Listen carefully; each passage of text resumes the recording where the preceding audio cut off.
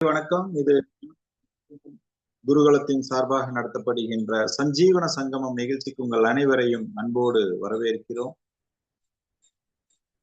இந்த நிகழ்ச்சி ஒவ்வொரு வாரமும் ஞாயிற்றுக்கிழமை அன்று காலை 6:30 மணி முதல் 7:30 மணி வரை சஞ்சீவன சங்கமம் என்கிற ஒரு நோக்கத்திற்காக ஞான விதை அப்படிங்கிற ஒரு கருத்தை உங்களோட தொடர்ந்து ஒவ்வொரு வாரமும் ஒவ்வொரு தலைப்புல ஒவ்வொரு தனி மனிதர்களிடையே அவர்களுடைய எண்ணங்களுக்கும் சிந்தனைகளுக்குமான ஒரு விழிப்புணர்வை விதைக்கின்ற ஒரு முயற்சியாக இந்த நிகழ்ச்சியை தொடர்ந்து நடத்தி கொண்டு வருகிறோம். அந்த நிகழ்ச்சிக்கு வருகை தந்திருக்கும் அனைவரையும் அன்போடு வரவேற்கிறோம். இந்த நிகழ்ச்சியினுடைய அடிப்படை நோக்கம் ஞானம் மற்றும் நம்பிக்கை, இது இரண்டையும் மக்களிடையே தொடர்ந்து விதைக்கணுங்கிற ஒரு நோக்கத்துக்காக இதை நடத்தி வருகிறோம். அந்த வகையில ஒவ்வொரு வாரமும் ஒரு தலைப்புல ஒரு ஞானத்தை விதைக்கின்ற ஒரு முயற்சியாக நாங்கள் செய்து கொண்டு வருகிறோம். அதுல ரொம்ப ஒரு முக்கியமான ஒரு தலைப்பு, இந்த தலைப்பு தைரியமே துணை அப்படிங்கிற ஒரு வார்த்தையை நீங்க இங்க கேள்விப்பட்டிருப்பீங்க. இப்போ அந்த விஷயத்தை பத்தி தான் இன்னைக்கு நாம இங்க பார்க்க போறோம். இந்த தைரியமே துணை அப்படிங்கிற அந்த விஷயத்தை தொடர்ந்து நாம் ஒரு விழிப்புணர்வுக்காக விதைக்கிறதுக்குண்டான ஒரு முயற்சி. இந்த தைரியமே துணை அப்படிங்கிற ஒரு வார்த்தை, இதுக்குள்ள என்ன மாதிரியான ஒரு ஞானம் இருக்கிறது? தைரியம் அப்படின்னா என்ன? இந்த தைரியமே ஒரு மனிதனுக்கு துணை அப்படின்னு சொல்லுது. இந்த தைரியம் என்றால் என்ன? முதல்ல அதை நம்ம புரிஞ்சுக்கணும். கரேஜ் அப்படின்னு சொல்றோம் ஆங்கிலத்தில், தமிழ்ல அதை தைரியம் அப்படின்னு சொல்றோம். இப்ப தைரியம் எனப்படுவது எது? தைரியம் எனப்படுவது ஒரு குணாதிசயமா? தைரியம் எனப்படுவது நம்ம தனித்தனியா வளர்த்து கொள்ளக்கூடிய ஒரு விஷயமா? தைரியம் என்றால் என்ன? எதை நாம தைரியம்னு சொல்றோம் அப்படின்னு ஒரு கேள்வி முன்வைக்கிறோம். இப்போ ஒரு தனி மனிதனுடைய வாழ்வியல் முறையில ஒவ்வொரு காலகட்டத்திலையும் நம்ம ஒவ்வொரு மாதிரியான தருணங்களை நம்ம கடந்து வரோம். அதுல பயம் இருக்கலாம், கோபம் இருக்கலாம், வருத்தம் இருக்கலாம். ஒவ்வொரு விஷயத்தையும் நம்ம ஒவ்வொரு மாதிரி கடந்து வரோம். ஆனா இந்த ஒரு சூழ்நிலையில என்ன மாதிரியான நிகழ்வுகள் அதுல நாம கடந்து வர்றோம் அப்படின்னு ஒண்ணு. அப்ப தைரியம் என்பது தேவை ஏற்படும் போது வருவதா, இல்ல எப்பொழுதுமே நம்ம கூட இருப்பதா? என்னது அது? தைரியம் எனப்படுவது என்னது? எதை நாம தைரியம்னு சொல்றோம்? இதை நீங்க விலக்கி வச்சு பாக்குறத விட நம்மளோட அன்றாட வாழ்க்கையில பயணிக்கிற நிறைய நேரங்கள்ல நீங்க பார்க்கணும். நீங்க சமைச்சுக்கிட்டு இருப்பீங்க, வந்து ஹால்ல வந்து உட்கார்ந்து இருப்பீங்க, ஏதாவது வந்து உட்கார்ந்து இருப்பீங்க, திடீர்னு ஒரு கேஸ் ஸ்மெல் வந்துருக்கு. உடனே படபடச்சு எந்திரிச்சு போய் உடனே போய் என்னடா அது கேஸ் ஆஃப் பண்ணிருக்கமா அப்படின்னு நமக்கு ஒரு சந்தேகம் வரும். படபடப்பு வரும் திடீர்னு. நீங்க உங்க வீட்டு ஸ்ட்ரீட்ல நடந்து போவீங்க, என்னைக்கு இல்லாம திடீர்னு ஒரு நாய் துரத்துச்சுன்னா அப்போ உங்களுக்கு ஒரு பயம் வரும். இந்த மாதிரி நம்ம அன்றாட வாழ்க்கையில செய்கின்ற ஒவ்வொரு செயல்களுமே ஒரு சின்ன சம்பவம் கூட நமக்குள்ள ஒரு பெரிய ஒரு பயத்தை உருவாக்குது. அந்த பயத்தை எதிர்கொள்வதற்கு நாம என்ன மாதிரி எல்லாம் தைரியங்களை வளர்த்துக்கிறோம். இப்போ இந்த மாதிரியான அந்த தைரியம் அப்படிங்கிற ஒரு சப்ஜெக்டுக்கு ஒரு உவமை காட்டுற மாதிரி, உதாரணம் காட்டுற மாதிரி இப்ப சமீபமா ஒரு நிகழ்வு நடந்துட்டு இருக்கு. அந்த நிகழ்வு என்னன்னு உங்களுக்கு சில பேருக்கு தெரிஞ்சிருக்கலாம், சில பேருக்கு ஞாபகம் இருக்கலாம், சில பேருக்கு ஞாபகம் இல்லாம இருக்கலாம். பட் இருந்தாலும் அந்த ஒரு விஷயத்த உதாரணமா எடுத்து நாம இன்னைக்கு சில விஷயங்களை பகிர்ந்துக்கலாம்னு நினைக்கிறேன். கடந்த 8 மாதங்களாக ஒரு உயிர் விண்வெளியில போராடிட்டு இருக்கு. யாருன்னு உங்களுக்கு தெரியும்னு நினைக்கிறேன். பூமியிலிருந்து விண்வெளிக்கு போயிட்டு ஒரு 8 நாட்கள்ல திரும்பணும்னு முயற்சி பண்ணி 8 மாதங்களாக திரும்ப முடியாம ஒரு போராட்டத்தில் இருக்கக்கூடிய ஒரு நபரை அழைத்து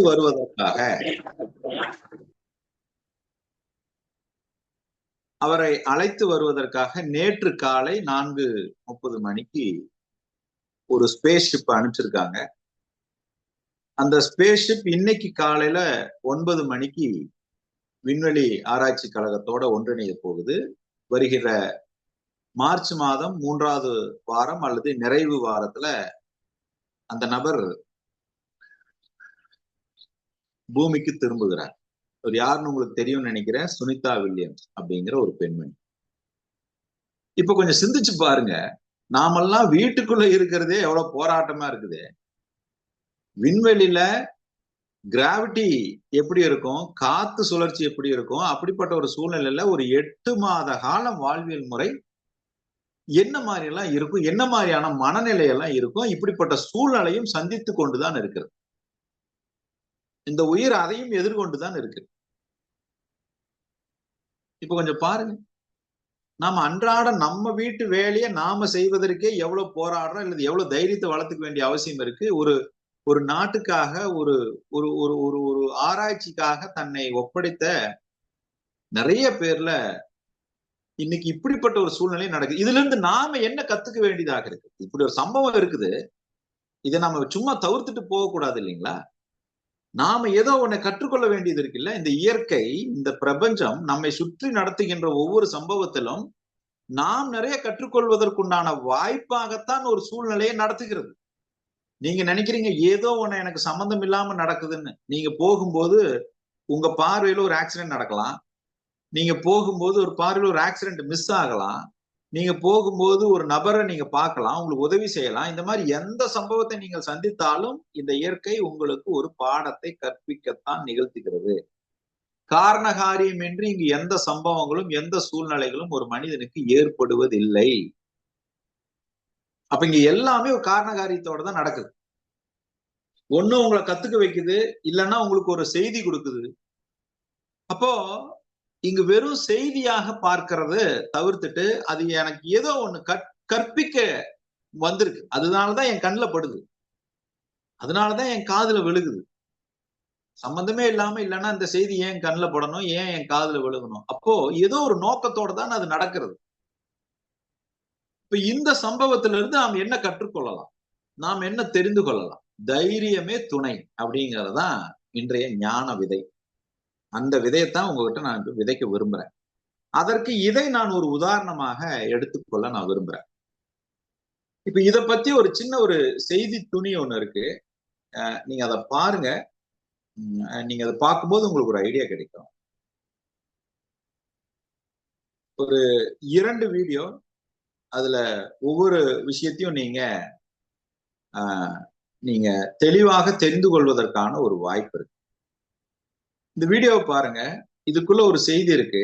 இந்த செய்தியிலிருந்து நாம கற்றுக்கொள்ள வேண்டிய விஷயம் என்ன அப்படிங்கிறத நாம இங்க பார்ப்போம்.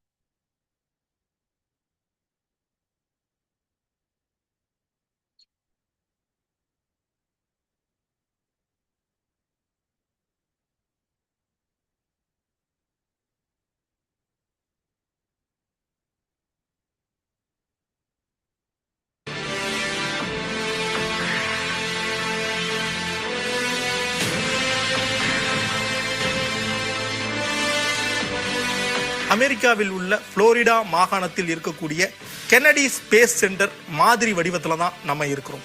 கடந்த வருடம் ஜூன் மாதம் சுனிதா வில்லியம்ஸும் புட்ச் வல்மோரும் இந்த ஸ்பேஸ் சென்டர்ல இருந்து தான் பூமியிலிருந்து விண்வெளிக்கு சென்றாங்க. சுனிதா வில்லியம்ஸ் எப்போ பூமிக்கு திரும்புவார்கள் என பலரும் எதிர்நோக்கி இருந்த நிலையில அந்த நேரம் கைகூடி இருக்குது. நம்ம ஒரு ஊருக்கு போயிட்டு 8 நாள்ல திரும்பி வரணும்னு பிளான் பண்ணிட்டு 8 மாதம் வரையும் திரும்பவில்லை என்றால் நம்ம மனநிலை எப்படி இருக்கும்? பூமியில நமக்கே எப்படி இருக்குதுன்னா, விண்வெளியில காற்றோட்டம் கிடையாது, ஈர்ப்பு விசை கிடையாது, மாறுபட்ட உணவு பழக்க வழக்கம் போன்றவற்றினால சிக்கி தவித்த சுனிதா வில்லியம்ஸ் அவர்களுடைய விண்வெளி வாழ்க்கை என்பது மிக சவால் நிறைந்ததாகவே இருந்திருக்குது கடந்த 8 மாதமாக. இதுவரையும் விண்வெளியில அதிக நாட்கள் கழித்த பெண் அப்படிங்கிற பெருமையை பெற்ற சுனிதா வில்லியம்ஸிற்கு இந்த விண்வெளி நாட்கள் என்பது மிகவும் கடினமாகவே இருந்திருக்கு.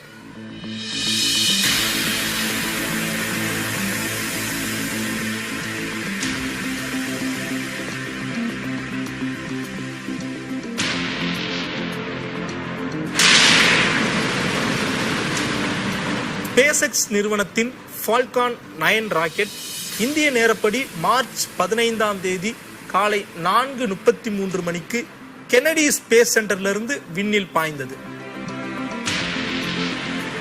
டிராகன் விண்கலத்தினுடைய உயரம் 8.1 மீட்டர், விட்டம் 4 மீட்டர். இதுல மொத்தமாக 7 வீரர்கள் பயணிக்கலாம். தற்போது 4 வீரர்கள் பயணிக்கிறார்கள்.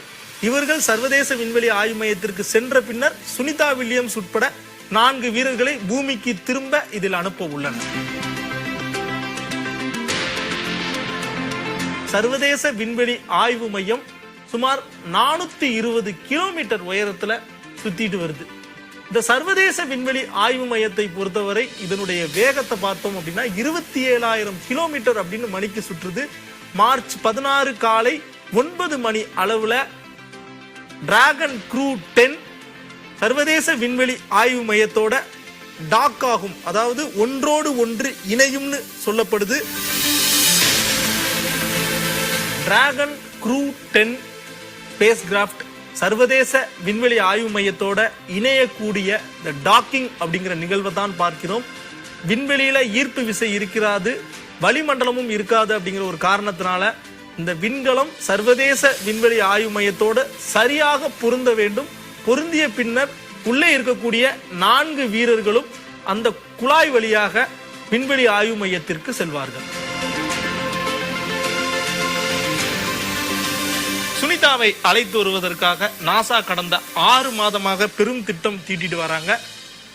இதுவரையும் சர்வதேச ஆய்வு மையத்தில் 7 வீரர்கள் இருக்கிற நிலையில இந்த க்ரூ 10 திட்டம் மூலமாக மேலும் 4 வீரர்கள் இணைந்து மொத்தமாக இந்த எண்ணிக்கை 11ஆக அதிகரிக்கும். சர்வதேச விண்வெளி ஆய்வு மையத்தை பொறுத்தவரை 2000ஆவது ஆண்டிலிருந்து தற்போது வரை 250க்கும் மேற்பட்ட வீரர்கள் அறிவியல் ஆய்வு பணிக்காக வந்தும் பூமிக்கு சென்றும் இருக்கிறார்கள். இந்த சர்வதேச ஆய்வு மையத்தினுடைய நீளம் 109 மீட்டர், ஒரு ஃபுட்பால் கிரவுண்டோட நீளம். சுனிதா வில்லியம்ஸை பொறுத்தவரை உடல் எடை குறைவு, இரத்த ஓட்ட பாதிப்பு, தோல் பிரச்சனைகளால் ஏற்கனவே உடல் ரீதியாக பாதிப்பை சந்தித்து வந்த நிலையில இதற்கு மத்தியில அறிவியல் ஆய்வு பணியையும் அவர் மேற்கொண்டு வருகிறார்.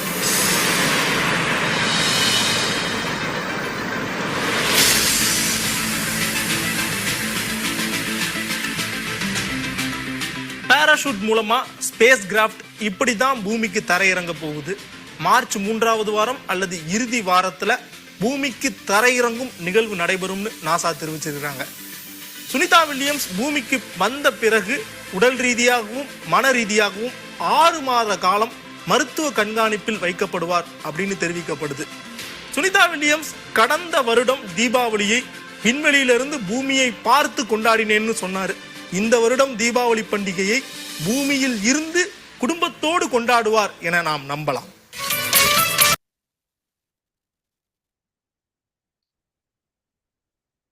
இது வெறும் ஒரு செய்தியாக நாம பார்க்க முடியுமா?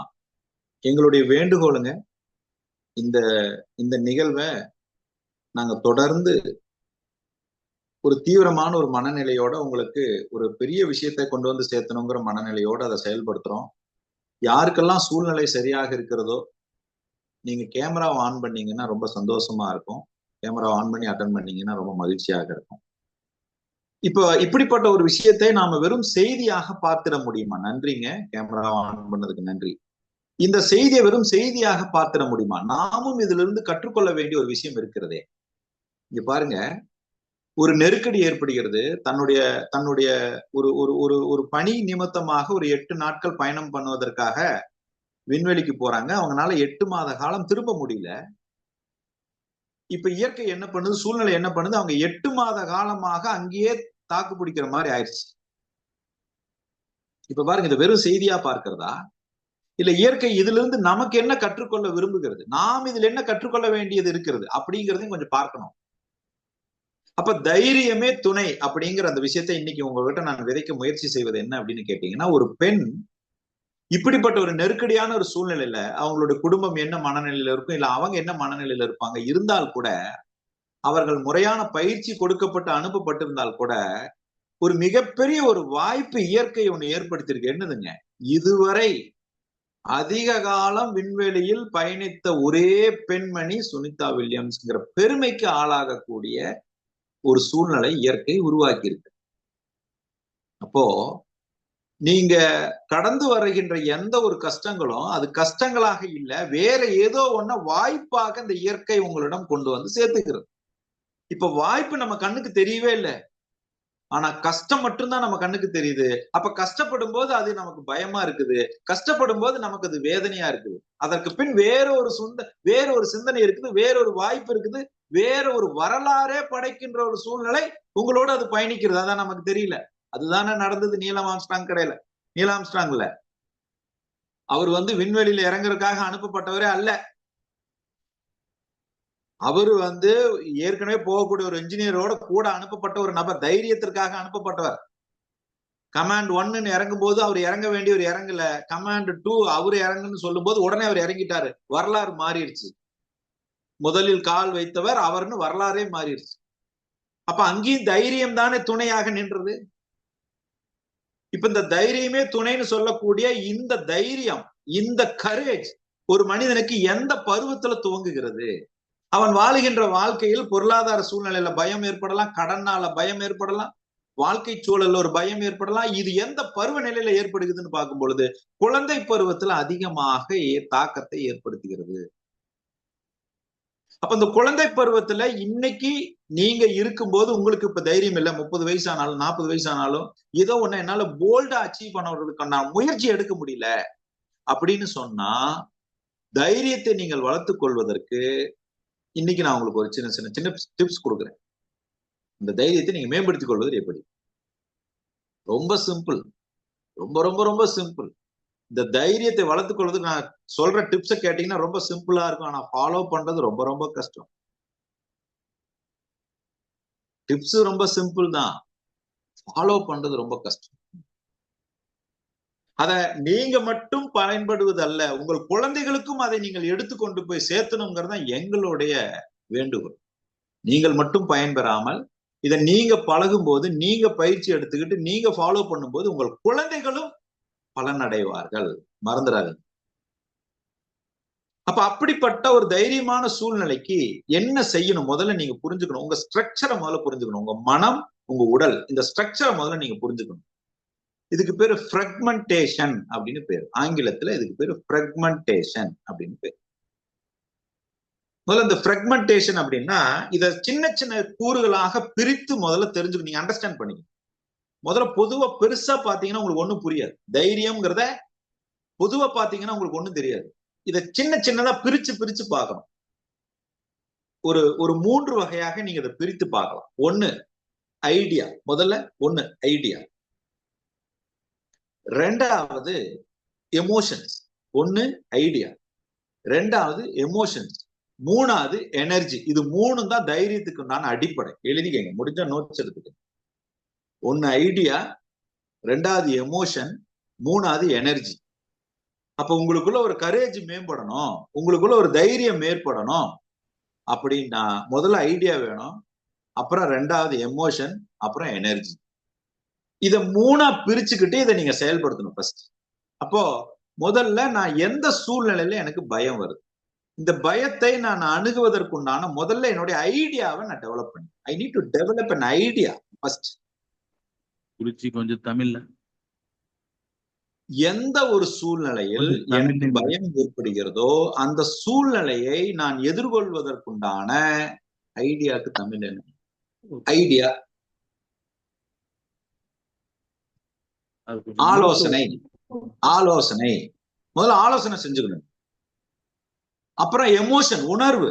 அதுக்கான உணர்வுகளை நீங்க கத்துக்கணும். அதுக்கப்புறம் ஆற்றல், எனர்ஜி.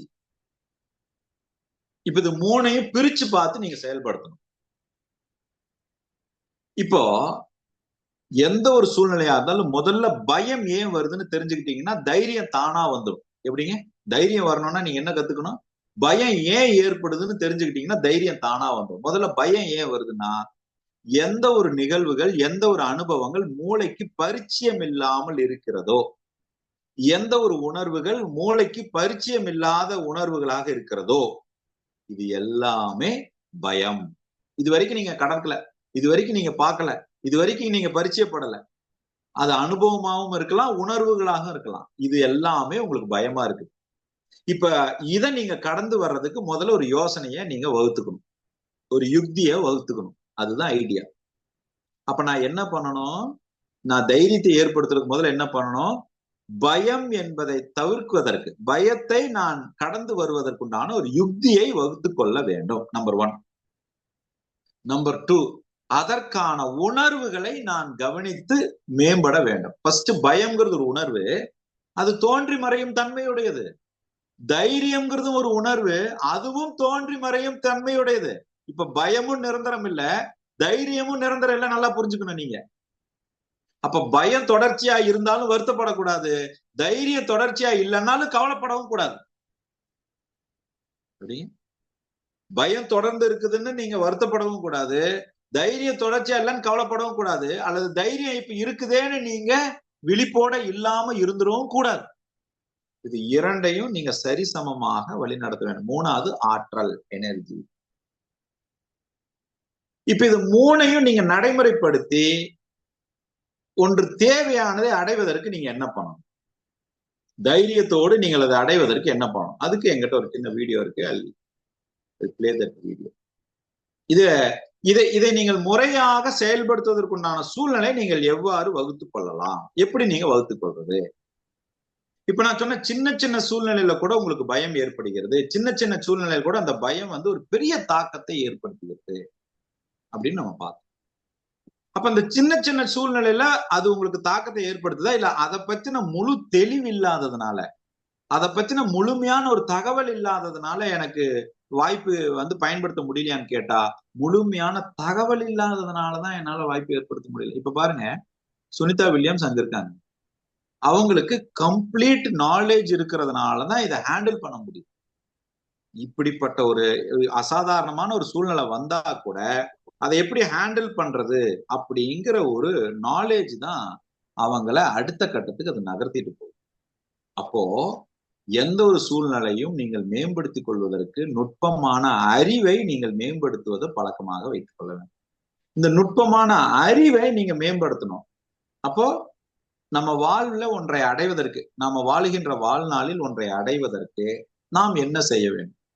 தைரியத்தை வளர்த்துக்கணுமா, பயத்தை தவிர்த்துக்கணுமா, என்ன பண்ணணும்? ரொம்ப பேசிக்கலா உங்களுடைய பிலீஃப் பேட்டர்னை நீங்க கவனிச்சு அதுல இருந்து நீங்கள் விலகி வருவதற்குண்டான எல்லா சூழ்நிலைகளையும் நீங்கள் ஏற்படுத்திக் கொள்ள வேண்டும். அப்ப அதுக்கு ஒரு வீடியோ இருக்கு, நான் அந்த வீடியோ பிளே பண்றேன், பாருங்க.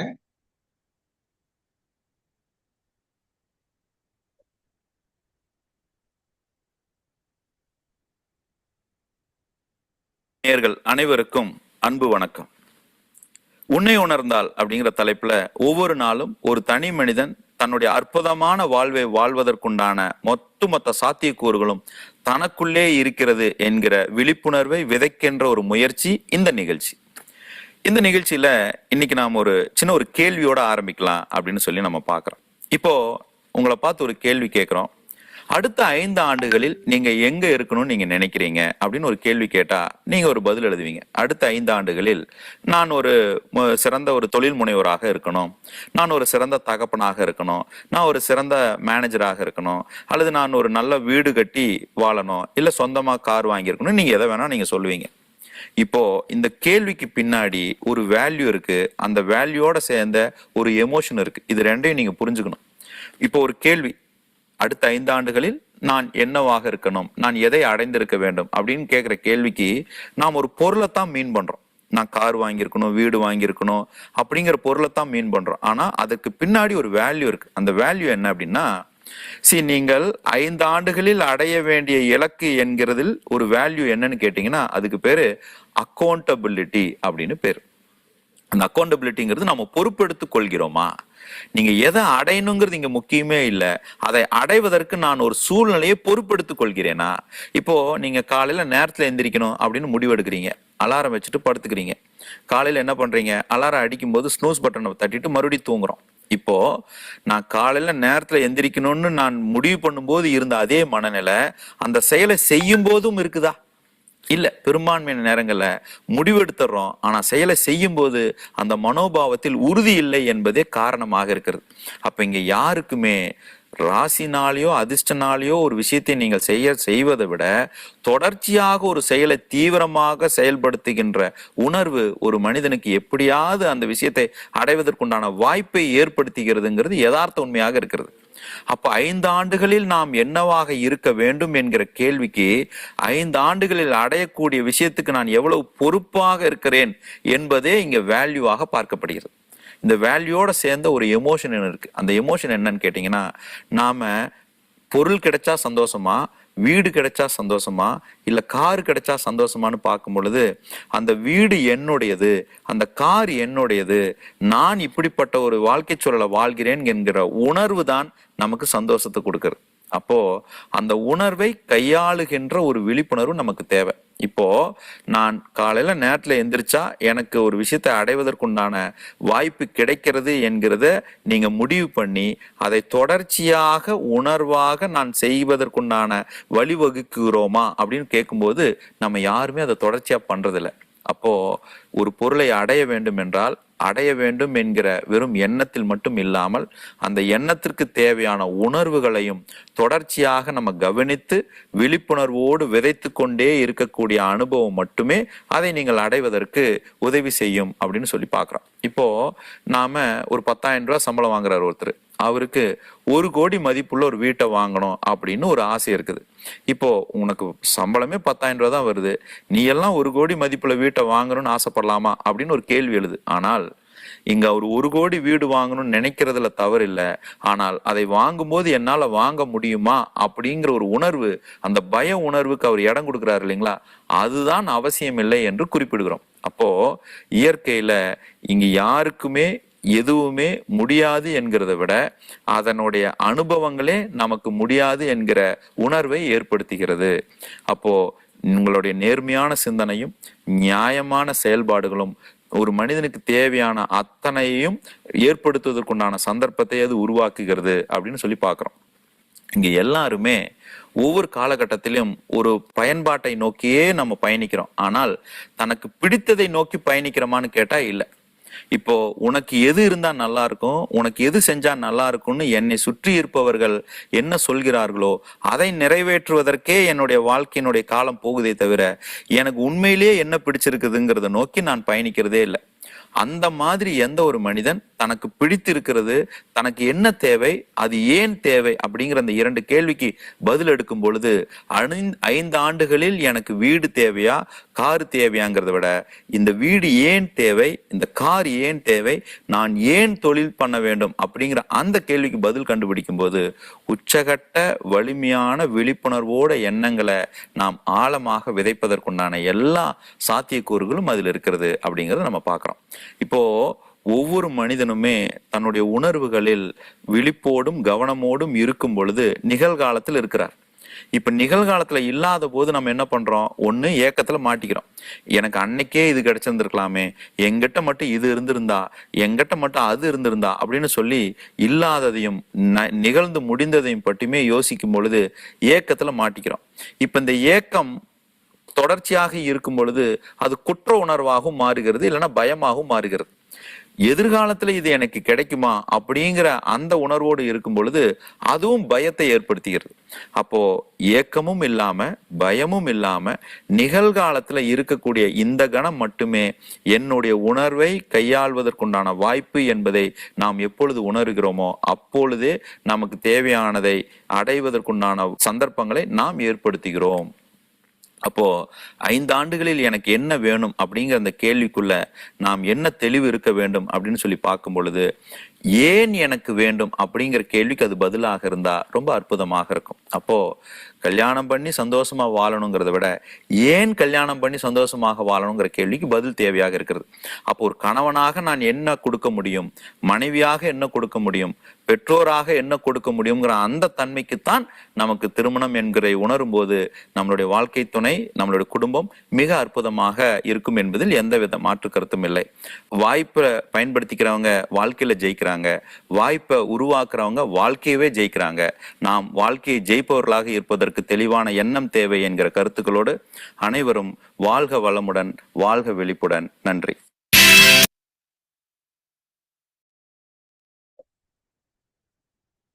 அப்போ ஒரு சூழ்நிலையை நம்மளுடைய அணுகுமுறை தான் நிர்ணயம் பண்ணுது.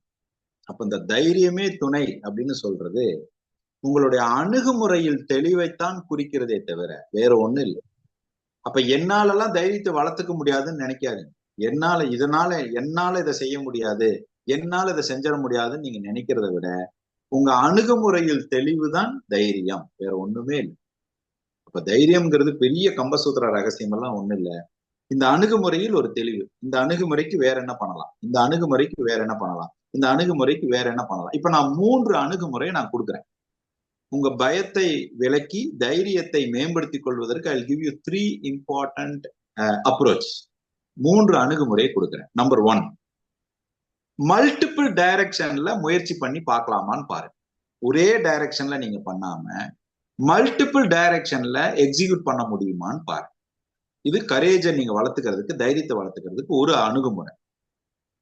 2வது, உங்க உணர்வுகள் எப்போதுமே, உங்க எமோஷன்ஸ் எப்பவுமே ஒரு பிளக்சுவேஷன்ஸ்ல தான் இருக்குங்கிறத முதல்ல நம்புங்க, முதல்ல அதை உணர்ந்துக்குங்க. First accept. எனக்கு முதல்ல நல்லா இருக்கும், ஃபீல் ஆகும், அப்புறம் ரொம்ப டவுனா இருக்கிற மாதிரி ஃபீல் ஆகும், அப்புறம் மறுபடியும் நல்லா இருக்கிற மாதிரி ஃபீல் ஆகும். இந்த பிளக்சுவேஷன்ஸ் ஆன உணர்வுகள் இப்படித்தான் இருக்குங்கிறது முதல்ல ஏத்துக்குங்க. இது 2வது பாயிண்ட். இப்படி இருக்கிறது பெரிய தப்பு இல்லை, இது இப்படித்தான் இருக்கும் அப்படின்னு தெளிவுபட்டிருக்கங்க. 3வது, அந்த இன்டர்னல் ரெசிஸ்டன்ஸை வளர்த்துக்கங்க.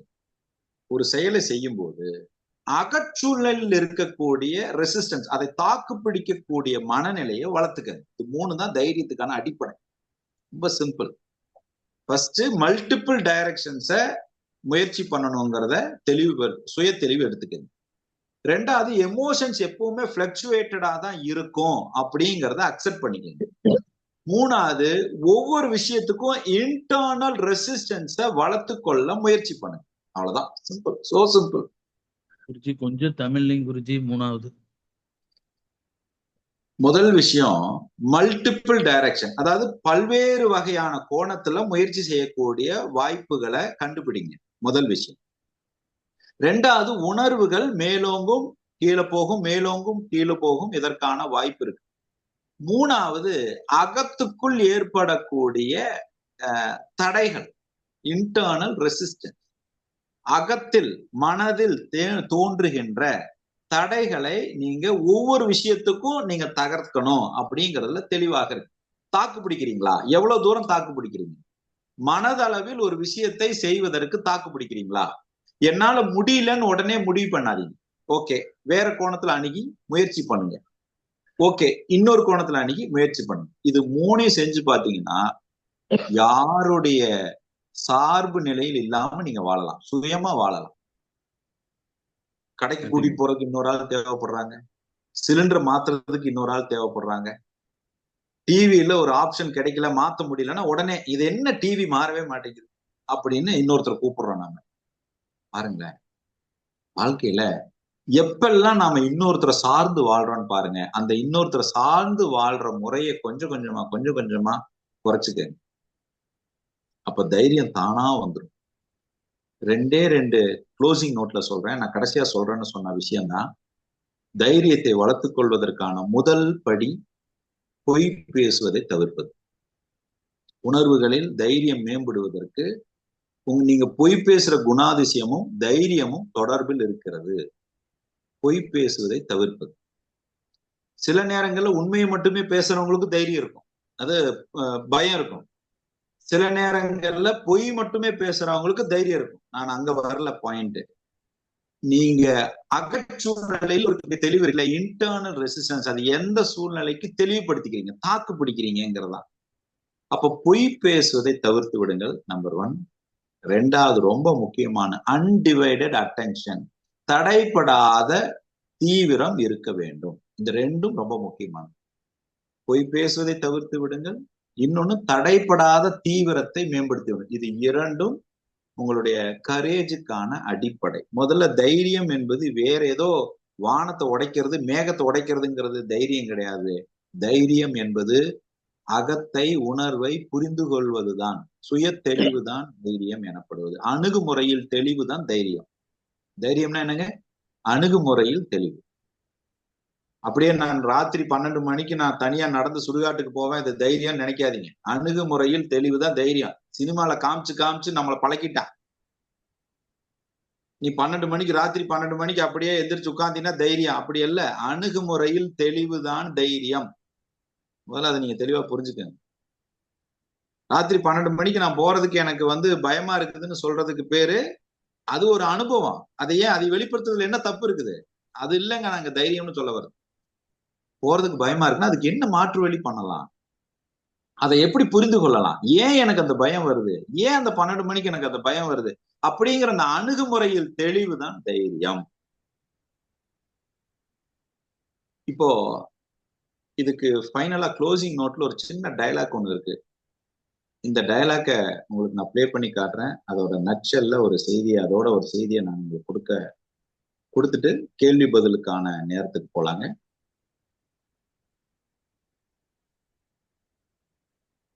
ரொம்ப முக்கியமான ஒரு எமோஷனுங்க. இந்த எமோஷன் பெற்றோர்களாகிய நாம நம்ம குழந்தைகளுக்கு கொடுக்க வேண்டியதாக இருக்கிறது. அந்த இடம் ஒரு குழந்தைக்கு தைரியத்தை வளர்த்துகிறது. இந்த இந்த சீனை கொஞ்சம் நீங்க பார்க்கணும். நீங்க ரொம்ப கூர்ந்து பார்க்கணும். ஒரு இடம் கூட நீங்க மிஸ் பண்ணாம பாருங்க. ரொம்ப முக்கியமான இடம். பெற்றோர்களாகிய நாம நம்ம குழந்தைகளிடம் நாம் தைரியத்தை வளர்த்துவதற்குண்டான ஒரு அடிப்படை விஷயம். இத பாருங்க. பிள்ளை வந்துட்டான் பாருமா, சீக்கிரம் சாப்பாடு எடுத்து வந்துடுறேன். நீ போய் குளிச்சுட்டு வந்துருப்பா, அதுக்குள்ள நான் போய் இலை வாங்கிட்டு வந்துடுறேன்.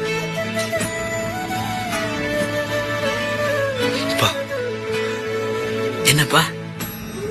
இருக்கிறதுல நான் உன்னதான் ரொம்ப கஷ்டப்படுத்திருக்கேன். நியாயமா பார்த்தா நீதான் பையன் மேல ரொம்ப கோவப்படணும். பையனை திட்டு காட்டி என்ன வேணா பண்ணுப்பா. ஆனா தயவு செஞ்சு உள்ளுக்குள்ளேயே வச்சு கஷ்டப்படாதப்பா. உனக்கு என்ன ஆனாலும் பரவாயில்ல, ஆனா அந்த பையன் வாழ்க்கை கட்டிடக்கூடாதுன்னு எல்லாரும் முன்னாடி தப்ப ஒத்துக்கிட்ட பாரு. அப்பே நீ ஏன் பிள்ளைதான்ப்பா. எல்லாம் போச்சேன்னு வருத்தப்படாத கண்ணு. திரும்ப எழுந்து ஓடு. அப்பா நான் இருக்கேன், பாத்துக்கலாம். பிள்ளை வந்துட்டான் பாருமா. என்ன நடந்தாலும் பரவாயில்ல, தன்னுடைய தவறுகளை ஒத்துக்கொள்ளுகின்ற அந்த மனோபாவம் ஒரு மனிதனை உச்சத்துக்கு கொண்டு செல்லும் என்பதற்கு வாழும் உதாரணம் நானே.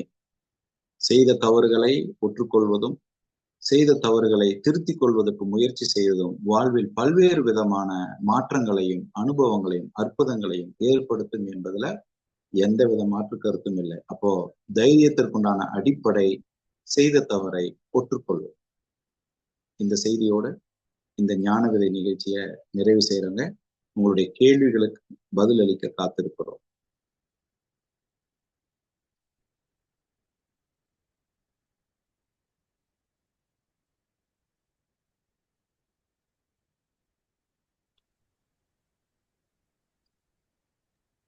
குருஜி வணக்கம். குருஜி வணக்கம். இப்போ நம்ம அந்த தைரியமா பேசுறோம் இல்லைங்களா, அந்த பேசும்போது கோவம்ன்றது ஒண்ணு வருது குருஜி. தைரியமா பேசுறோம், அந்த உண்மையை ஒத்துக்கிறோம் போது அவங்க நம்மளுடைய எதிராளிகள் நீங்க சொல்றது கரெக்ட் இல்ல, பொய் அப்படின்றாங்க. அப்போ அந்த டைம்ல கோவம் வருது குருஜி. இல்ல, நீங்க அது கோபம் வருதா இல்ல நாம என்ன சொல்ல வர்றோங்கிறத முழுசா அவங்களுக்கு புரிய வைக்க முடியலங்கிற அந்த இயலாமையை வெளிப்படுத்துறோமா? ஆமா, என்ன நம்ம சொல்ல வரோன்றது அவங்க புரிய மாட்டேங்குது. அப்போ அவங்க அது இயலாமை தானே. அப்ப அது கோபம் இல்ல. அந்த இயலாமையை வெளிப்படுத்துற விதம் கோபம்னு நீங்க நினைக்கிறீங்க. ஆக்சுவலா அது கோபம் இல்ல, இயலாமை. அதுக்கு வேற அணுகுமுறையை கண்டுபிடிங்க.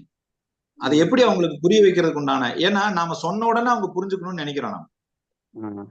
அப்ப அடுத்த ஆங்கிள் சொல்லும் போது அவங்க நம்மள ஹர்ட் பண்ற மாதிரி ஆகுது குருஜி.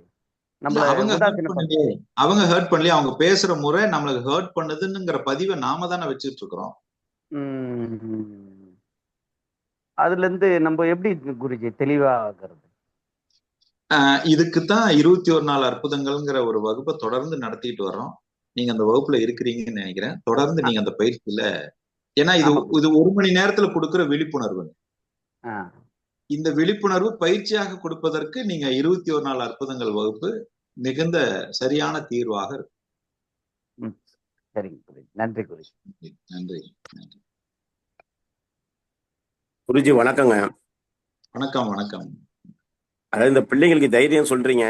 இப்ப என்னன்னா ஒரு பிள்ளைங்கிட்ட ஒரு நல்ல விஷயம் கூட சொல்ல முடியல. ஏதாவது ஒண்ணு பாவம் ஸ்கூல்லயும் சரி, வீட்லயும் சரி, எங்கேயும் சரி. இப்ப எங்க வீட்டுல சின்ன பிள்ளைங்க இல்ல. நான் வெளியில பார்க்கும்போது என்ன ஆயிடுதுன்னா, ஒரு பேரண்ட் திட்டினாலோ, இல்ல ஆசிரியர் திட்டினாலோ, உடனே வேற மாதிரி முடிவுக்கு போயிடுறாங்க. இவங்க வேற மாதிரி முடிவுக்கு போயிடறாங்களே ஒரே காரணத்துக்காகவே, சொல்ல வேண்டிய கருத்தை கூட இன்னைக்கு சொல்ல முடியாத சூழ்நிலை இருக்காங்க. இது அந்த பேரண்ட்ஸ்க்கும் பாதிப்பாயிடுது, சமுதாயத்துக்கும் பாதிப்பு, அந்த குழந்தைக்கும் பாதிப்பு. இது எப்படி நாசுக்கா பிள்ளைகள்ட்ட சொல்றது? இது ஒரு ஒரு அனுபவம் சொல்றேங்க. என்னை பொதுவா அப்பாயின்மெண்ட் வாங்கிட்டு நேர்ல சந்திக்கிறதுக்கு நிறைய பெற்றோர்கள் வருவாங்க. அப்போ ஒரு ஃபேமிலி வந்திருந்தாங்க. அந்த குழந்தை ஒரு 12வது படிக்கக்கூடிய ஒரு குழந்தை தற்கொலைக்கு முயற்சி பண்ணி அந்த மனநிலையிலிருந்து மீட்டு வருவதற்காக என்னை சந்திக்கிறதுக்கு அழைச்சிட்டு வந்திருந்தாங்க. அந்த குழந்தைகிட்ட கேட்கிறோம், அந்த பெண் குழந்தைகிட்ட கேட்கிறோம், ஏன் நீங்க இந்த முயற்சி எடுக்கிறீங்க அப்படின்னு சொல்லி கேட்கும்போது அது சொல்றாங்க, எங்க அப்பா என்னை பேசின வார்த்தை என்னை ரொம்ப ஹர்ட் பண்ணிருச்சு அப்படின்னு அந்த பெண் குழந்தை சொல்லுது. சரி, அப்படி என்ன ஹர்ட் பண்ற மாதிரி பேசினாரு அப்படின்னு கேட்டா, போடின்னு சொல்லிட்டாரு அப்படின்னு சொல்லுது. என்ன சொல்லுவீங்க? போடின்னு சொல்லிட்டாரு, என்ன ரொம்ப ஹர்ட் பண்ணிடுச்சு, அதனால நான் வாழ்க்கையை முறிச்சுக்க முயற்சி பண்ணேன்.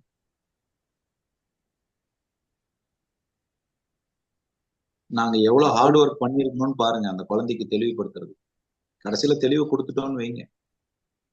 கொஞ்சம் சிந்திச்சு பார்க்கணுங்கிறதுக்காக நான் சொல்றேன். இன்னைக்கு இப்ப குழந்தை மேல தவறு இல்லை, நல்லா புரிஞ்சுக்கங்க, தயவு செய்து புரிந்து கொள்ளுங்க. குழந்தை மீது தவறே இல்லை.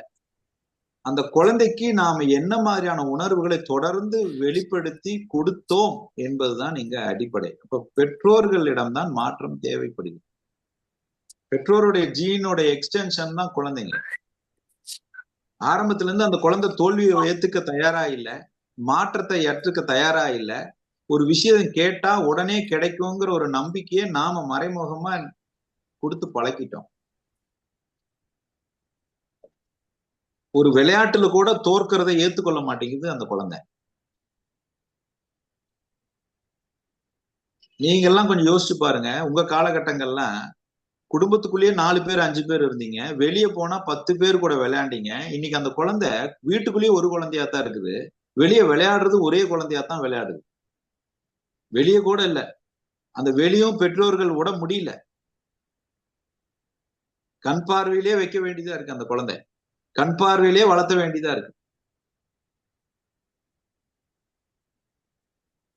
இது அனைத்திற்கும் தீர்வு இளம் சாணக்கியான்னு நம்ம கிட்ட ஒரு பயிற்சி கொடுக்குறோங்க. அது நம்ம வர்ற இந்த சம்மர் ஹாலிடேஸ்ல கொடுக்குறோம், ஒரு 10 days.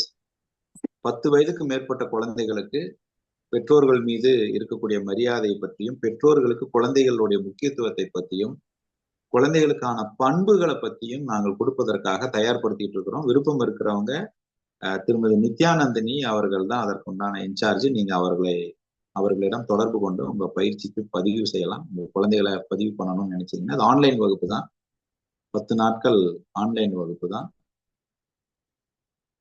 இளம் சாணக்கியா அப்படிங்கிற அந்த வகுப்புக்கு விருப்பம் இருக்கிறவர்கள் பதிவு செய்யலாம். ஆனால் இந்த தைரியம் என்பது குழந்தை பருவத்திலேயே விதைக்க வேண்டிய ஒன்று என்பதை தயவு செய்து மறந்து விடாதீர்கள்.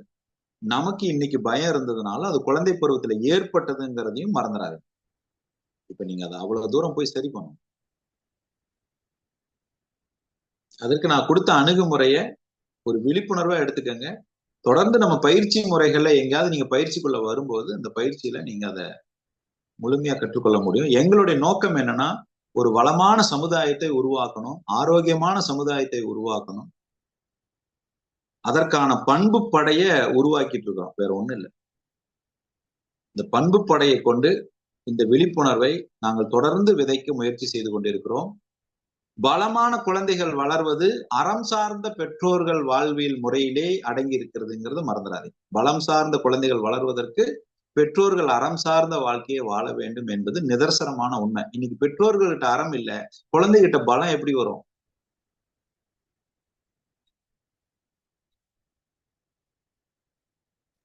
அறம்னா மாரலா? Moral, truth, integrity, honesty. வணக்கம் சார். வணக்கம். இருந்து இன்னைக்கு நீங்க கொடுத்த பயிற்சிங்கிறது, நாலேஜுங்கிறது, வேர்ட்ஸுங்கிறது வெவ்வேறு டைரக்ஷன்ல பல விதத்தை யோசிக்க வச்ச ஒரு டூலு. அதாவது அது நடந்துகிட்டே இருக்கு, எங்கெங்கேயோ போகுது. எண்ணம் வந்து நேற்றுக்கு ஒரு பேர்ட்ஸ் பார்க் போனோம், திருச்சியில இருக்கிற பேர்ட்ஸ் பார்க். அந்த பறவைகள்லாம் எங்கேயோ சுத்திக்கிட்டு இருந்ததை தூக்கி ஒரு பறவைக்கு ஒரு பேரை வச்சு அதுக்குன்னு உண்டான பேர் இருக்கு அதை கொண்டு வந்து வச்சிருக்காங்க.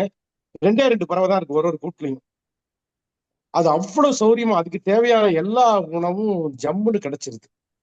அழகா கூடு போட்டிருக்காங்க. அதை பார்க்கும் போதே அழகு. அடா என்னடா இது பிறக்கும் போதே இப்படி உருவாக்கப்பட்டதா இல்ல அதுக்காக ஆசீர்வதிக்கப்பட்டதான்னு தெரியல. அப்படி அழகா அந்தந்த இடத்துல இருந்தது. அதெல்லாம் பார்த்தோம். பார்த்து முடிச்சதுக்கு அப்புறம் 70 தியேட்டர்னு, அந்த 70 தியேட்டரை பத்தி பையன்கிட்ட ஒப்பீனியன் கேட்கும்போது, ஒன்னும் இல்லப்பா 7 விதமா அந்த இதா இருக்கும். அதாவது பயப்படுற மாதிரியும் இல்ல. அது அவ்வளவு தைரியத்தை கொடுத்தது. நீங்க தைரியம்ங்கிற வார்த்தையை சொன்னதுனாலையும் சுனிதா வில்லியமோட திங்க வந்து நம்ம பார்த்ததுனாலையும், எங்க அப்பா சொல்லும் போது புலியை பார்த்து பூனை சூடு போட்டுக்க கூடாதுன்னு சொன்னதும், நம்ம நிறைய விஷயங்கள் நம்மளோட கான்ட்ரிபியூஷன் என்ன, நம்மளோட பர்பஸ் என்ன, அடுத்தவங்களை பார்த்து காப்பி பண்ணி நான் வந்து தைரியமா இருக்கிறதா அப்படிங்கும் போது நீங்க சொல்லிக்கிட்டே இருந்தீங்க. இதுல எனக்கு இது ஓடினதெல்லாம் இது பாக்குறேன் நான். இந்த 70 தியேட்டர்ல வந்து நம்ம மேல இருந்து பறக்கிறது, கீழே விழுவது எல்லாத்துக்கும் ஒரு அருமையான சிஸ்டம் ஒண்ணு வச்சிருந்தாங்க. அதை என்ஜாய் பண்ணேன் நான். எனக்கு போயின பயம், எல்லா பயமும் போச்சு. அந்த வெறும் மேக்சிமம் ஒரு 5 to 10 minutes அந்த 70 தியேட்டர் ரொம்ப வேல்யூபிளா இருந்தது. என்னோட கேள்வி என்ன அப்படின்னா, இதெல்லாம் சார்ந்து இவ்வளவு எனக்கு யோசிக்க வச்சது இறைவனுக்கு தான் முதல்ல நன்றி சொல்லணும். தைரியம் வந்து நான் சில இடத்துல நீங்க தப்பு பண்ணணும்னாலே I am not the right person முடிவு பண்ணிடுவேன். நீங்க ரைட் பர்சனா இருந்துட்டாலே தப்பு பண்ண தோணாதுங்கிறதும், that itself is very clear about that what we are supposed to have a clarity அப்படிங்கிறதும் தெரியுது. இப்ப வந்து ஒரு பையன் நேற்று பார்த்த வீடியோ, பைக்கை வாங்கிட்டான். சார் நீங்க சொல்றதெல்லாம் உச்சத்தை தொடர்றது பத்தி பேசுறீங்க. கோடீஸ்வரனாருது, கார் வாங்குறது, வீடு வாங்குறது. நான் ஒருத்தன் வண்டியை ஓட்டிக்கிட்டு போறான், சல்லு புல்லுன்னு ஒரு 8 கிராசிங்ல எல்லாரையும் மிதிட்டான். ஆனா அவன் பின்னாடி ஒருத்தன் ஓட்டிட்டு வரான். அந்த வீடியோ நேற்றுக்கு பார்த்தது.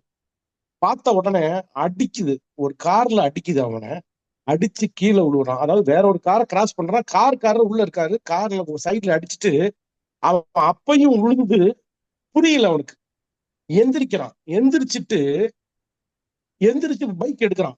பின்னாடி அவனை ஃபாலோ பண்ணி வந்தான் பாருங்க. அவன் வண்டியை இறங்கிட்டு பிடிக்கிறான். ஏண்டா இவ்வளவு தூரம் ஓடி போய் விழுந்தவன் எந்திரிச்சு தப்பு சாரின்னா சொல்லணும், அதை பத்தி இல்ல. Achieved something. நான் பைக் வாங்கணும்ன்றது ஒரு எண்ணம். இன்னைக்கு அது எங்க போயிருக்கு அப்படின்னா, ஒரு குடும்பம் வந்து வீடு கட்டிட்டு ஒரு ஃபேமிலியோட இறந்துட்டாங்க. வீடு கட்டுறதுன்னு இதெல்லாம் நீங்க எப்படி பாக்குறீங்க? இப்ப நான் நிறைய விஷயங்களை இங்க சொல்லியிருக்கேன். நான் தைரியம்ங்கிறது சுனிதா வில்லியமோட the way of approaching that thought. நான் வந்து இங்க போய் அதை அச்சீவ் பண்ணணும், மற்றவங்க எல்லாம் பாராட்டிட்டாங்க 8 மாசம். இன்னைக்கு அவங்க எப்படி கீழே வர போறாங்க, நிறைய இடத்துல மிஸ் பண்ணிருக்காங்க. கீழே கொண்டு வந்து லேண்டிங்ல வந்து அவங்க நீங்க சொன்ன மாதிரி 6 மாசம் காப்பாத்தினா மட்டும்தான் அவங்களுடைய சாதனைகள் போற்றப்படும். அப்படிங்கிறத தாண்டி அவங்க வாழ்ந்தாங்களா அப்படின்னா, அவங்க நமக்காக வாழ்ந்துட்டாங்க. அதுல ஒன்றும் செகண்ட் தாட்டே கிடையாது. அவங்களுடைய வாழ்க்கை முறை ஒரு வீடியோ பார்க்கும்போது பார்த்தேன், அவங்க சாதாரண மனுஷன் சாப்பிட்ற ஒரு பஜ்ஜி கூட சாப்பிட்டது இல்லை, ஒரு வடையை கூட சாப்பிட்டது இல்லை. இதெல்லாம் உணர்வு. இதெல்லாம் lot of thing why she is missing, which we are using it. We are missing what is the achievement is happening. இதெல்லாம் எனக்குள்ள கேள்வி. இதுக்கு வந்து நீங்கள் எப்படி பதில் சொல்ல போறீங்க நான் காத்துட்டு இருக்கேன். ஓகே, இப்போ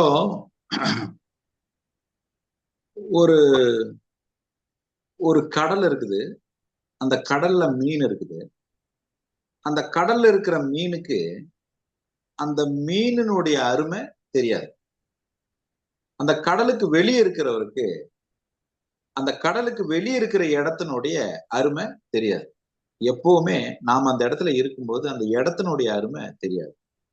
இப்போ மீன் நினைச்சுதான் நாமெல்லாம் தான் தண்ணியில இருக்கிறோம், அவன் தண்ணியை விட்டு வெளியே சந்தோஷமா இருக்கிறான்னு நினைச்சுதான்.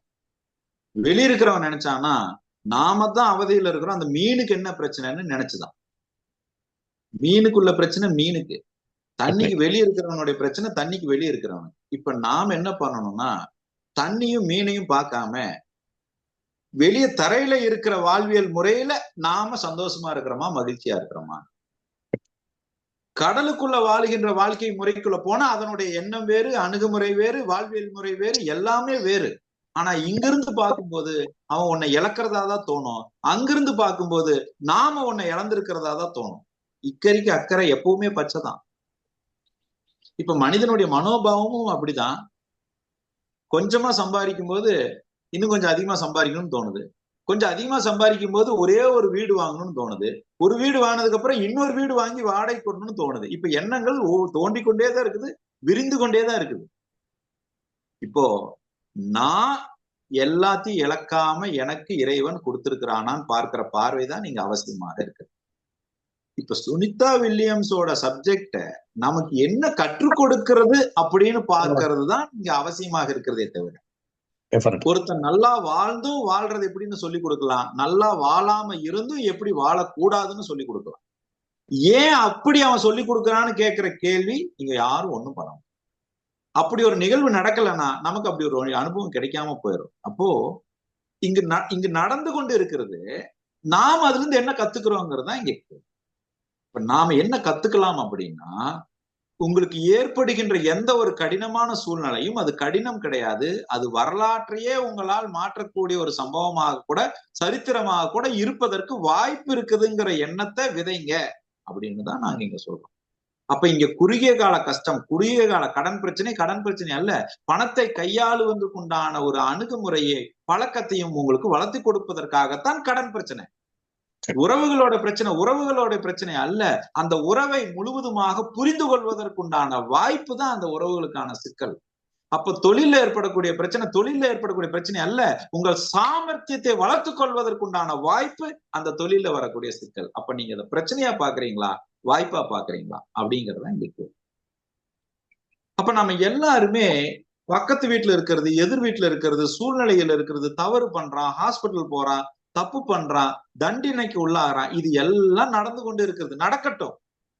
ஏன் கண்ணு முன்னாடி நடந்தா நான் என்ன செய்யக்கூடாது என்கிற சுய தெளிவை இறைவன் எனக்கு கொடுத்திருக்கிறான் அல்லவா, நான் பாக்கியசாலி, அவ்வளவுதான். ஐயா என்ன மாதிரியே ஏங்க எல்லாரும் பாக்கியசாலியா இருக்கக்கூடாது, என்ன மாதிரியே ஏங்க எல்லாரும் புண்ணியத்தை சேர்த்தக்கூடாதுன்னா அது அவர் தலையில் எழுதியிருக்க வேண்டும். அந்த பிராப்தம் இருப்பவருக்கு தான் கிடைக்கும். கேட்டாய்.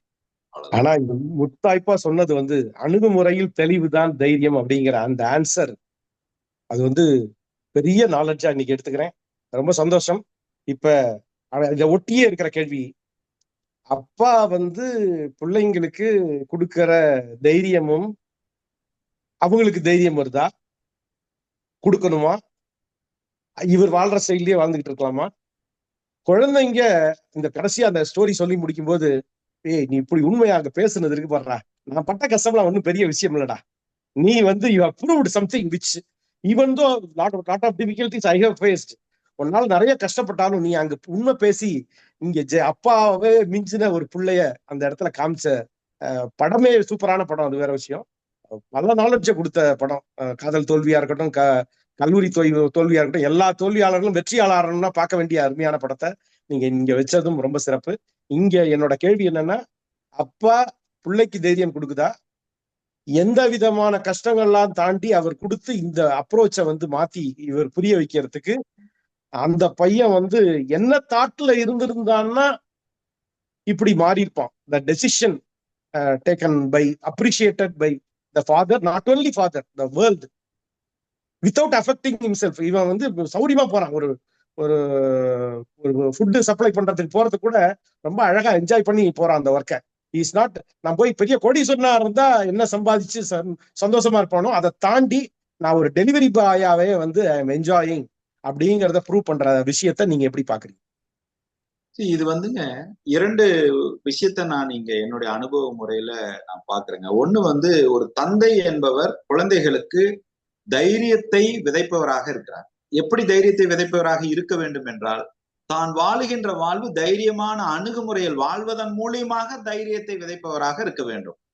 தாய் என்பவள் குழந்தைகளுக்கு நம்பிக்கை விதைப்பவர்களாக இருக்க வேண்டும். எப்படி நம்பிக்கை விதைக்க வேண்டும்? தான் நம்பிக்கை கொண்டு வாழ்வியல் முறையில் வாழ்வதன் மூலியமாக நம்பிக்கை விதைப்பவர்களாக இருக்க வேண்டும். அப்ப தாய் நம்பிக்கை விதையும், தந்தை தைரியத்தையும் தொடர்ந்து தன்னுடைய வாழ்வியல் பழக்கங்களாக வாழ்வியல் முறைகளாக வாழ்ந்து விதைப்பவர்களாக இருப்பவர்களாக இருக்க வேண்டும். நீங்க அந்த படத்துல பார்க்கலாம், இந்த சீனுக்கு முன்னாடி அந்த டிராகனுக்கு திருமணம் ஆகிற இடத்துல ஒரு ரியலைசேஷன் டயலாக் ஒண்ணு வரும், ஒரு லென்த்தி டயலாக்.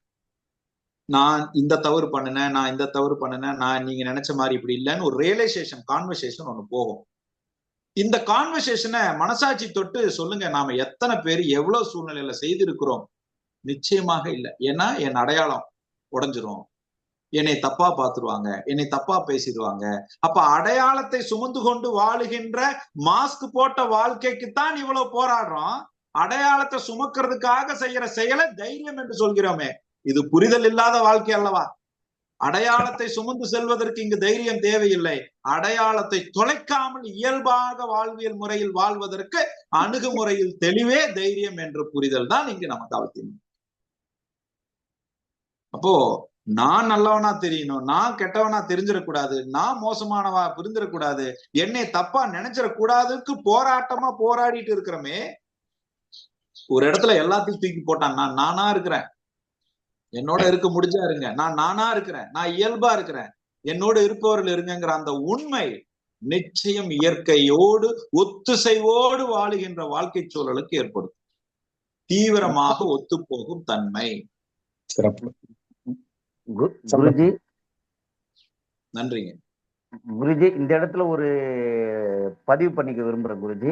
என்னோட அப்பா வந்து பாத்தீங்கன்னா எனக்கு 5 வயசு இருக்கும்போது இறந்துட்டாரு. ஸோ அப்பாவுடைய இதுல எதுவும் அரவணைப்புல வாழலை. இந்த சமுதாயத்தை கூட வந்துட்டு இன்னைக்கு 51 வயசாயிடுச்சு. 45 வருஷம் இந்த சமுதாயத்துல போராடி போராடி போராடி பெரிய படிப்பும் ஒன்றும் கிடையாது, போராடி வாழ்க்கையில இந்த அளவுக்கு வளர்ந்துருக்கிறேன் குருஜி. நான் என் பையன் வந்து பார்த்தீங்கன்னா இன்னைக்கு பிஏ இங்கிலீஷ் லிட்ரேச்சர் பிஎல் பண்ணியிருக்காரு, சிஏ பண்ணிட்டு இருக்கிறாரு. இப்போ பெரிய கம்பெனியில் லீகல் அட்வைசராக இருக்கிறாரு.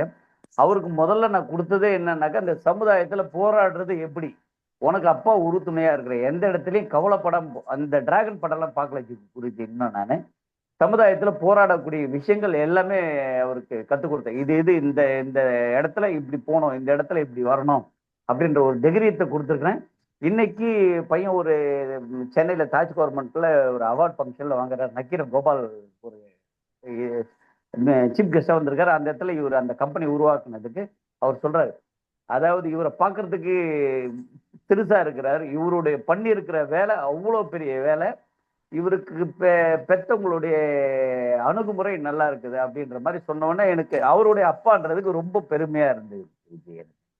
நன்றி. ரொம்ப மகிழ்ச்சி, ரொம்ப மகிழ்ச்சி, ரொம்ப மகிழ்ச்சி. நன்றிங்க. இது அனைத்துமே பழக்கங்களாக 21 நாள் அற்புதங்கள்ங்கிற ஒரு வகுப்பு தொடர்ந்து அதிகாலை 4 மணி முதல் 5:30 மணி வரை நடத்தி வருகிறோம். யாராவது அந்த வகுப்புல தொடர்ந்து பயணம் பண்றதுக்கு விருப்பம் இருக்கிறவங்க திருமதி கவிதா மோகன் அவர்களை தொடர்பு கொண்டு நீங்க அந்த டீட்டெயிலை நீங்க வாங்கிக்கலாங்க. வேற யாராவது பேசுறீங்க, உங்களுடைய கருத்துக்களை பதிவு செய்யறீங்கன்னா நீங்க பதிவு செய்யலாம். ஐயா, இனிய காலை வணக்கங்கள் ஐயா. வணக்கம் ஐயா. வணக்கம் வணக்கம் வணக்கம் ஐயா. ஞான சஞ்சீவன உறவுகள் அனைவருக்கும் இனிய ஆரோக்கியமான காலை வணக்கங்கள். Rotarian K Viswanathan, agri plus மற்றும் ஞான சஞ்சீவன குருகுலம், ஈரோடுங்க. நான் முதல் மாணவன் ஐயா கிட்ட, வயசு அதிகமா இருந்தாலும் முதல் மாணவன். 5 வருஷமா அவரோட இதை பூராமே பயிற்சியில வந்து நேரடி பயிற்சி, நேரு இல்லாத பயிற்சி, அத்தனையிலேயே விடிகால 3:50க்கு எழுந்திருக்கிறது, இத்தனையும் பண்ணி இப்ப வந்து இன்னைக்கு ப்ரெசென்ட் வந்து பாத்தீங்கன்னா ஆத்தூர்ல கனிஷ்காங்கிற ஒரு அமைப்பு வந்து எனக்கு இயற்கை சமுதாய இயற்கை ஆர்வலர்கிற ஒரு அவார்டு தர்றாங்க. அதுக்காக போயிட்டு இருக்கேன். வாழ்த்துக்களுங்க, வாழ்த்துக்களுங்க. அது இந்த பயிற்சியை வந்து முயற்சியா செய்யும் போது வெற்றி நிச்சயங்கிறது வந்து நிச்சயம் உறுதிங்க. நான் நிறைய பேசியிருக்கேன் அந்த தளத்துல, இருந்தாலும் வந்து சிம்பிளா முடிச்சுக்கிறேன். பயிற்சியை முயற்சியா செய்யும் போது வெற்றி நிச்சயங்க. அதனால ஐயாவோட அத்தனை பயிற்சியிலையுமே கலந்து இதை வந்து நாம மட்டும் இல்லாம நம்ம சமுதாயத்துக்கும் ஒரு நன்மையை செய்யக்கூடிய ஒரு நல்ல ஒரு புண்ணியத்தை கிடைக்க முடியும்.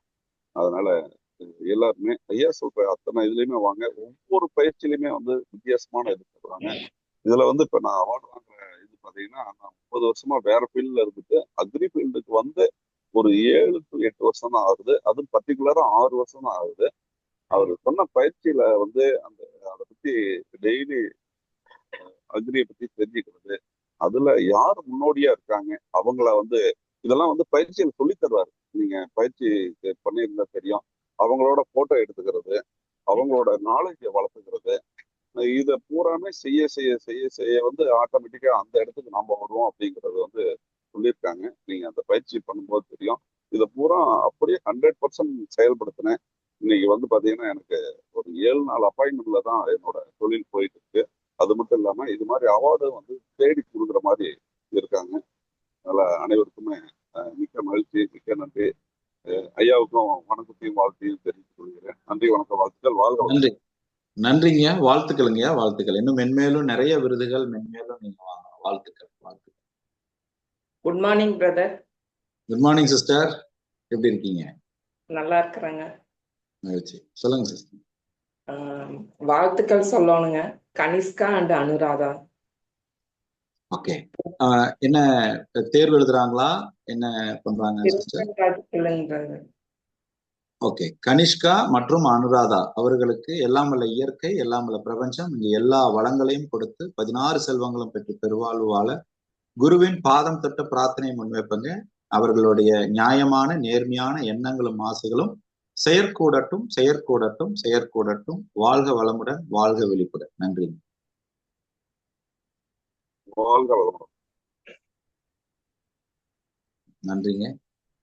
வேற யாரும் பேச? வணக்கம் பிரதர். வணக்கம். வணக்கம் பிரதர். தைரியத்துக்கு ஒரு அருமையான ஒரு வரவிலக்கணம், அணுகுமுறையில் தெளிவு. அதோட எனக்கு இன்னொன்னு பிடிச்சது, பொய் சொல்லாம இருக்கணும். தைரியமா இருக்கணும்னா பொய் சொல்லாம இருக்கணும், செஞ்ச தப்ப ஒத்துக்கணும்.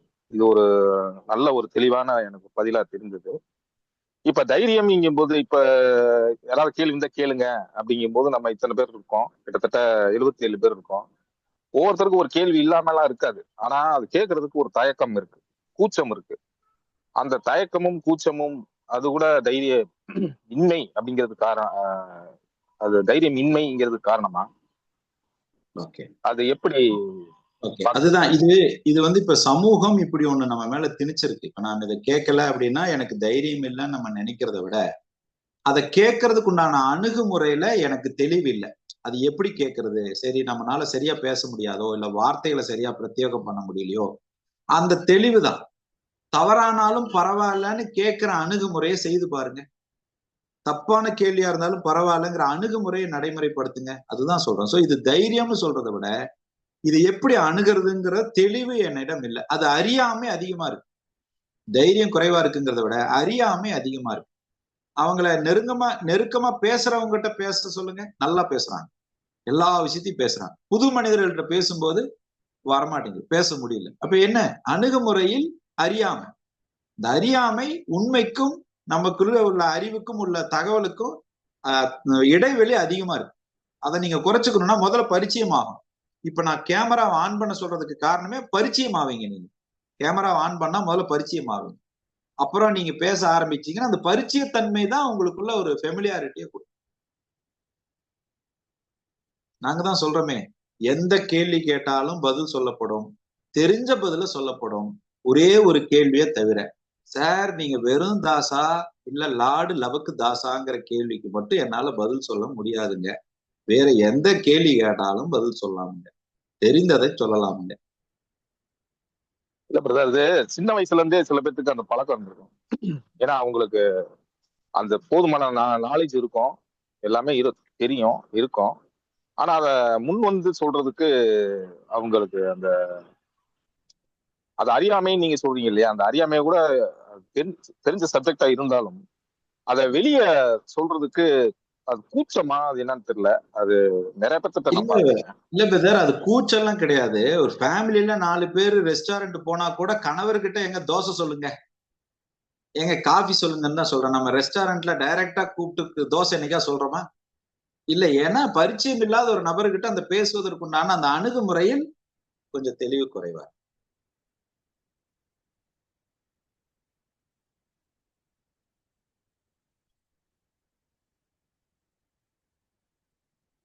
சரிங்க சரிங்க. இப்ப அதை போக்குறதுக்கு நம்ம இந்த மாதிரி பேசிக்கிட்டே இருக்கணும், அப்படித்தானே?